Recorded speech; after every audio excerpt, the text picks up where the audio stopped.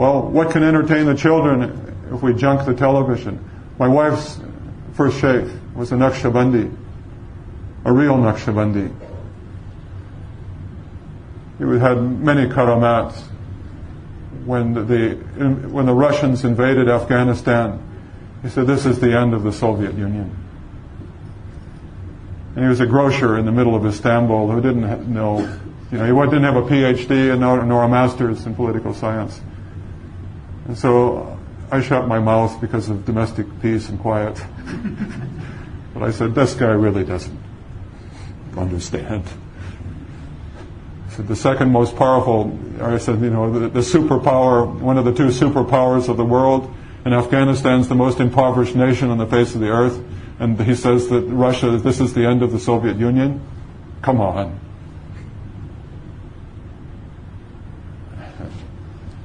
A few years later, I was singing a different tune. After what appeared. That was the thing that broke their back. Nobody expected to find that. No one expected to see. And here, this was one of the awliya of Allah. He used to read for people. It's one of the khasa'is Allah subhanahu wa ta'ala gave him. He would read for them. And they would get better. They had cancer, they had this, they had that, incurable diseases. And he would read for them, would read and touch them. And they would come back after a couple times. And they would be cured. Radiallahu ta'ala anhu. He died in 1990 or 1991. He was also Sidi Ashraf's first sheikh, and Ustaza Hidayah. So, all of them were in the tariq, the Naqshbandi tariqah with him first. He said, the angels don't enter a house in which there is a television. He says, even if it's broken and stuffed in a cardboard box and put under a bed. He says, television causes cancer. I said, that was another, he said a lot of off-the-wall things. And I remembered it in later years after my mother and father, they're non-Muslims. And their dog got cancer. And where did it always sleep? It always slept next to beside the color television. What is beside a color television? A lot of leakage of X-rays from the cathode tube that's in the television. He got cancer, he got leukemia and died. Very strange death for a dog. Cancer.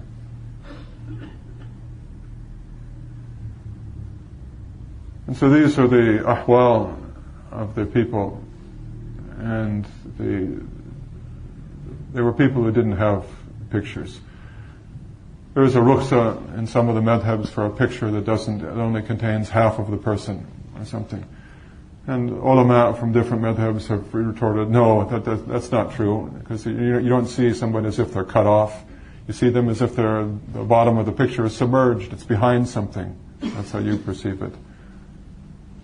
Prophet ﷺ, he said, cut off the heads of these images. Make sure that remove the heads. That's what he said, ﷺ.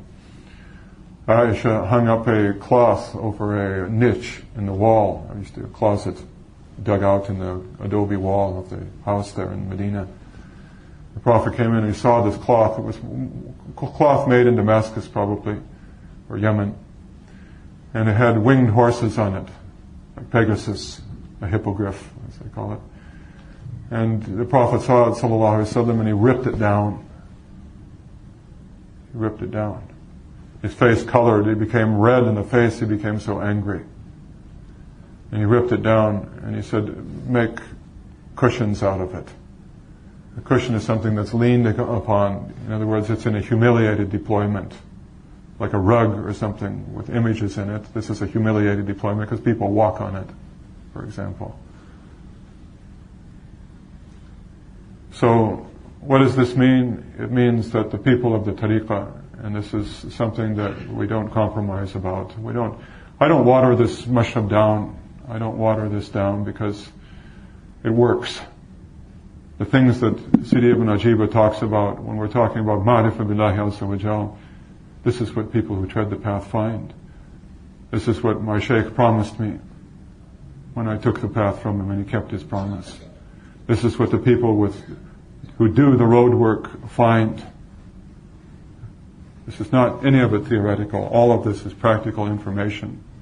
It is done by people who did it. And they didn't do it by taking rukhsas. Yusuf ibn Hussein, the student of Dhul-Nun al-Misri, who we mentioned earlier, who said what he said, conveyed what he heard from his sheikh. He said, إذا رأيت المريد يشتغل بالرخص فاعلم أنه لا يجيءه منه شيء. He says, if you see a murid who takes dispensations a little bit from here and a little bit from there and a little bit from that website, and it's all halal now, realize that nothing will ever come of him.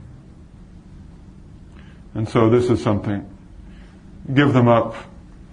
We're saying give up the pictures, and give up the television, give up the films, movies, give up the DVDs, all of these. Just get rid of them altogether, and your life will be richer, because the Prophet ﷺ, it will not be poorer, it will be richer. People used to thrive, and their minds used to thrive. We've had a continual decline in IQ scores in the United States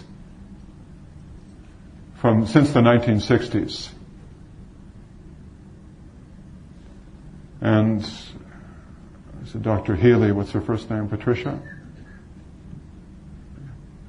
Can't remember the first name. She wrote a book, Endangered Minds, PhD.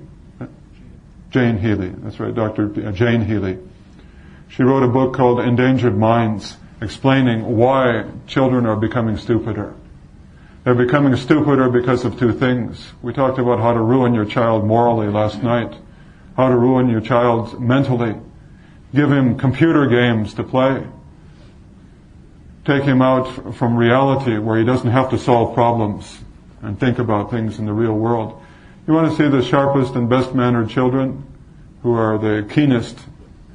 Look at the ones who are attending their father's store when they're 10 years old, when they're 9 years old, dealing with people, with real people. Children should be made to work. They should be allowed to work so they understand something about the real world. These virtual realities and computer games especially, the children not only have inch-thick glasses, but they also have minds that don't work. This is not the words of Nuh. This is the words of somebody who specialized in it. If you want to read all about it, read her book, Endangered Minds, by Jane Healy, PhD. And her second book that she also wrote was Failure to Connect.